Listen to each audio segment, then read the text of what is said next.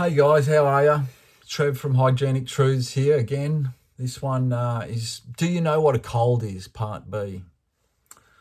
The condition known as a cold is characterized by the inflammation of the mucous membrane of the nose and throat. There also may be inflammation of the membrane lining the nasal sinuses, the larynx, the pharynx, or the bronchial tubes. Everyone who has had a cold will agree as to the nature of the symptoms and the misery they cause. But it is almost incredible to realise that the misunderstanding of colds and the type of treatment commonly employed today have changed very little in the last few hundred years. In the 1500s, British doctors prescribed tobacco juice, lime juice, and emetics to cause vomiting. If that didn't work, patients were bled. Those who could not afford these ministrations had a higher rate of recovery. Funny that. In the 18th century, another Englishman came up with this remedy. Hang your hat on a bedpost, drink from a bottle of good whiskey until two hats appear, then get into bed and stay there. The use of booze to ease the symptoms is still widespread, and many remedies include high levels of alcohol in their cough and cold mixtures. I must insist that the causes of colds are known and that a proper method of dealing with the cold has been known for many decades, if not centuries. A cold is simply the effort of the system to relieve itself of its accumulated waste particles. When the state of bodily clogging which preceded a cold reaches intolerable proportions, the body organises for a radical eliminative crisis. The temperature rises, the head and the nasal passages become congested, appetite may disappear. The cold may go through various stages of eliminative processes, usually regarded as disease symptoms, instead of being understood as cleansing efforts of the body to unburden the vital organs. We have been taught that colds lay the foundations for other more serious diseases. Rather, they are efforts to prevent the development of more serious conditions. The persistence of the original causes or the drug treatments common today can lay the foundations for future degenerative pathologies. Chronic disease is due to chronic provocation. When the body produces symptoms of a cold as vicarious elimination of toxic material, which is threatening its survival, we should not even consider suppressing them. Why should we try and check a cough that is necessary to remove an obstruction? Why should we dam up in the body the noxious matter that the wisdom of the body has determined must be expelled?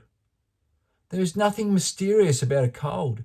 It is the body's own cure for an intolerable condition brought about by the errors and omissions inherent in the civilized living. Overeating, overconsumption of refined carbohydrates, too few fresh uncooked fruits and vegetables, coffee, tea, chocolate, soft drinks, hard drinks, insufficient muscular activity, not enough clean fresh air, too little rest, excessive stress. The more of these mistakes we commit, the more often the body requires colds or other eliminating crises.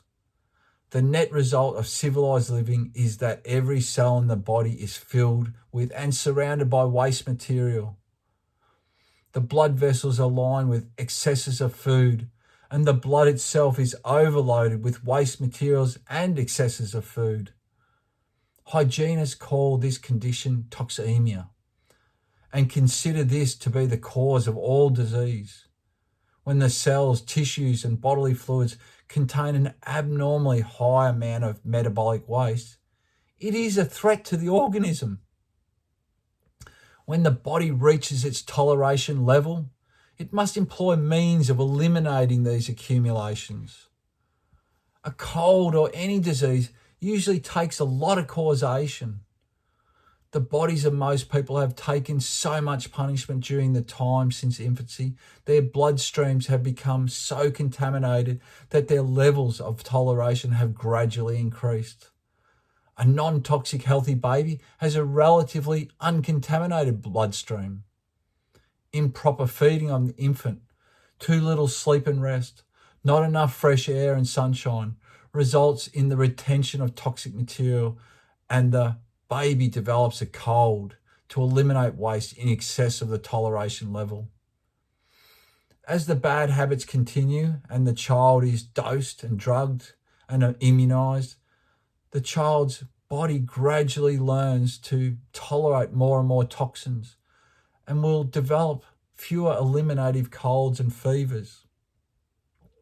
When the bad habits force the system to learn to live with the poisons, the waste products remain to damage the body and pave the way for the development of degenerative disease. When the body has established high toleration levels, a cold does not eliminate all the toxemia. It only brings it down to a level at which the body has become adapted to functioning. This adaptation is accomplished by the body as a means of preservation of life. Since it could not survive the tremendous and constant elimination required by the mode of eating and living, or the frequent interference with its remedial processes by drugs and treatments, so it adapts, sacrificing its level of vitality to the necessity for survival. The toleration level can be returned to its pristine low level by improving all facets of nutrition. Learning what life science and natural hygiene is will bring an understanding of how we can bring our vitality back. I have all this information and I'm happy to pass it on for free, as the truth should never come with a cost. Thanks for listening. I hope some of this made sense. I hope you can get on the path yourself. As I said, I've got all the information, happy to pass it on for free. Please contact me, leave a like, subscribe. That'll help somebody else maybe getting in contact as well. This all helps in our fight for the truth. Have a great one, guys. See you later.